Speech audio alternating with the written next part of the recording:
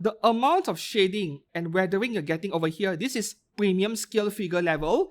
In fact, I would say that her hair really looks like purple cabbage or something, looks like salad to me. Hi and welcome back to the channel. I'm Steven from X Kurugani Studio today with a scale figure review. Well, low budget scale figure review, and this would be my second time reviewing a Myethos Gift plus low budget figure, which in my opinion they are really good value for money, but in exchange we are buying something really small or tiny. The 1/8 scale is something you would hardly call tiny about 15 years ago. So that is a major topic that I would like to address into this figure review. My first Myethos Gift Plus figure review a few months ago was Alicia swimsuit version from Genshin Impact. Great figure. And this time around we are checking out Myethos Gift Plus 1/8 scale Citlali from Genshin Impact. A game that I have been losing interest in the past year or so, but you know what, this is so cheap, so why not? Regarding Eula and Yae Sakura and any other future releases, scale figures, we will have to see whether I would even bother reviewing them. I really want to, if I can, of course. So with this figure, she is so tiny that I had to do to this review a bit differently by including a second preview footage all the time on the bottom right corner of today's video so that you can see her a bit clearer. She is so tiny because 1/8 scale in this sitting position, 10 centimeters. From the bottom of the base all the way to the top of her head, 10 centimeters Nandroid size, but the amount of surface area she's taking up side to side, the longest dimension I could get is somewhere between 19 to 20 centimeters. So she does take up a lot of space for a tiny figure, and this makes her one of my least favorite anime figure designs when it comes to the pose, and it does not apply only to this figure. It can be a 1/7 or even a 1/4 scale figure. When we have something sitting on the floor like this with a huge dress, they consume way too much space than necessary. Yeah. And as for the price of this figure, 9,000 yen Japanese price or 328 Chinese yuan over in China. And that is the amount I paid for her. Yeah, full MSRP price. I got her early, shortly after release, so I did not get a discount for this one. And also, the release date would be back in December 2025 for those of you who purchased her from China, like Taobao. But for those of you who pre-ordered her on the Japanese websites like AmiAmi, HLJ, Hobby Search, release date was 19th of February 2026. Before that, let's talk about the box over here. You can already see the box in today's video, but I'll give you guys a clearer look over here, and this is what her box looks like from my previous figure haul video more than a month ago. And in my opinion, while the box is pretty attractive, it feels like it is a bit too big. Yes, like you compare the size of this figure to the box I have right in front of me, it is a bit oversized. So shipping this figure is not exactly that cheap.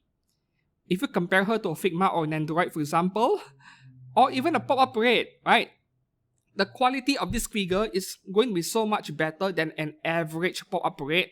So maybe you can justify the shipping cost, especially if you combine ship her with other items, but I wouldn't recommend buying this figure on her own. You need to combine several items to make it worth it. And this is full plastic, full transparent design, which a lot of Chinese brands love doing nowadays.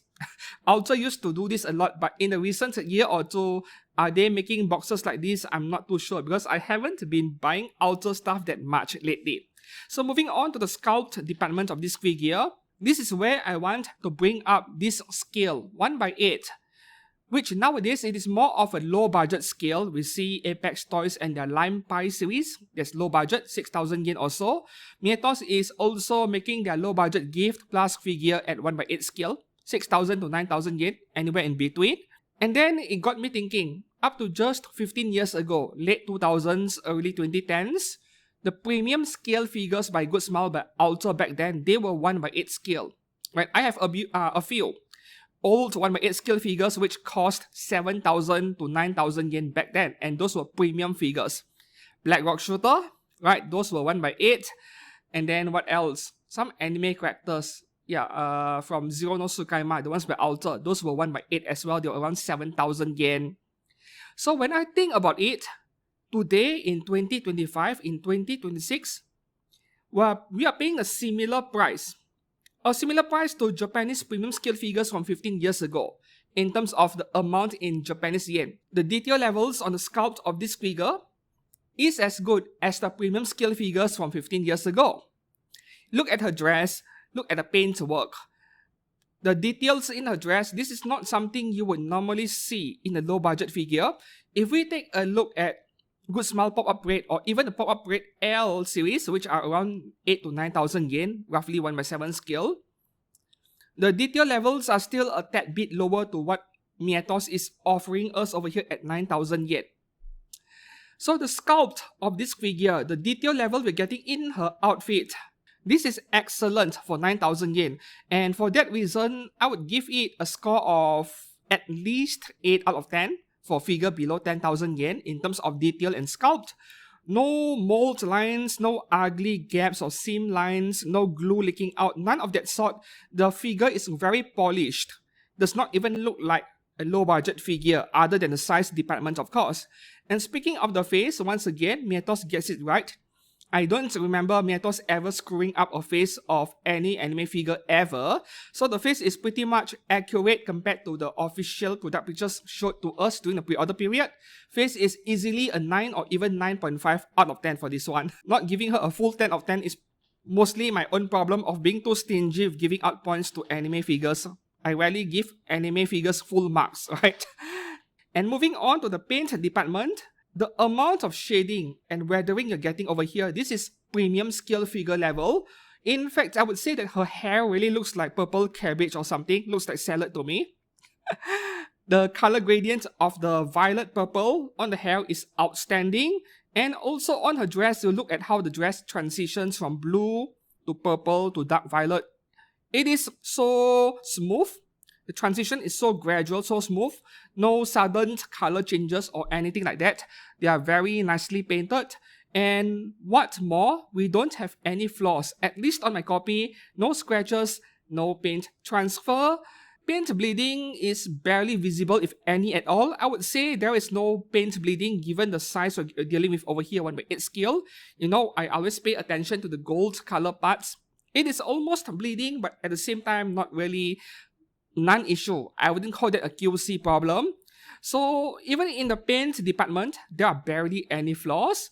This figure is an easy 9 out of 10 in the painting department. Seriously, she is that good.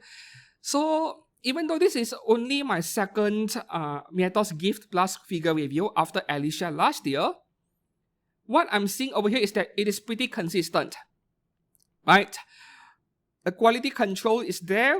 Despite the low price, the only disadvantage or the only real negative about this figure over here is the base, which I'm not sure if I like this material over here. There is really nothing wrong with it, just that this reminds me of the EVA foam, the foam material used by cosplayers to make their props or even their cosplay outfit, the low budget option that is. The cosplayers who have budget, they will resort to 3D printing for armor parts. But in Malaysia, the use of this kind of foam materials, they call it EVA foam, is very common because of the low cost. This is not exactly the same kind of material used by cosplayers, not for the armor parts, but for some areas of their outfit. I think this is quite similar. So it is a very cheap material. This base over here is probably 50 cents or less in the cost, material cost. So it works fine for this figure. There's nothing wrong with giving a low budget figure a low budget base. I don't exactly have a very positive impression about it, but it is fine. I'm just being very nitpicky over here. So this base over here, I would still give it an 8 out of 10 regardless. When you look at this figure as a full package, the only negative, or I would say the biggest negative, is the box size, right? Which will inflate the shipping cost. So for those of you who love Genshin Impact, you want to collect every character from this game, this is a no-brainer. This is a must-have. Maybe the size of the figure will turn you off. This is so tiny, so small, but this is the only Citlali figure available today among the licensed genuine PVC figure brands. You can find the bigger ones from third-party resin brands as usual. And that is about it for this review. Right, we have Purple Cabbage over here by Myethos. really good figure for the price. And of course, after I'm done with today's review, I'm going to sell her because I'm not collecting Genshin stuff anymore. But make no mistake that this is an excellent figure by all means. And that would be all for today's review. If you enjoyed it and found it helpful, please do give it a like and subscribe to this channel for more anime figure content every week. Thanks for watching and I'll see you soon. Goodbye.